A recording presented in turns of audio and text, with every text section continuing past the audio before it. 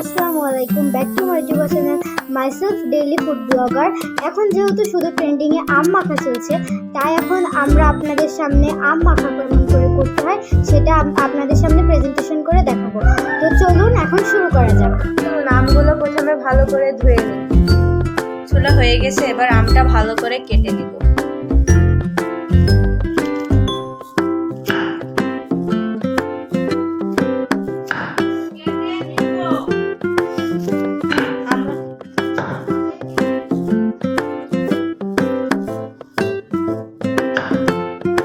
কেটে নেওয়া শেষ, এবার আমরা পাত্রে তুলে নেব।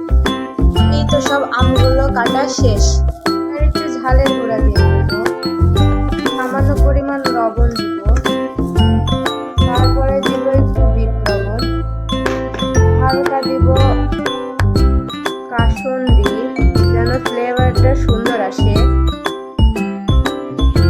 আমাদের সব উপকরণ দেওয়া শেষ, এবার আমরা আমগুলো ভালো করে মাখিয়ে নিব। আম মাখানোটা কত সুন্দর হয়েছে, অবশ্যই খেতে লোভনীয়ই হবে। আসলে এটা খেতে অনেক স্বাদ হয়েছে। আপনারা যদি এমন করে আম মাখা খেতে চান তাহলে আমাদের মতো করে আম মাখানোর চেষ্টা করুন, করে খেয়ে দেখুন, অনেক স্বাদ লাগবে। এই পর্যন্তই শেষ করছি। ভিডিওটি যদি আপনাদের কাছে ভালো লাগে তাহলে একটি লাইক এবং সাবস্ক্রাইব করে দেবেন এবং একটু পাশে থাকবেন। এবং আপনারা চাইলে আমাদের চ্যানেলটিকে শেয়ার করে আমাদের পাশে সবসময় থাকতে পারেন।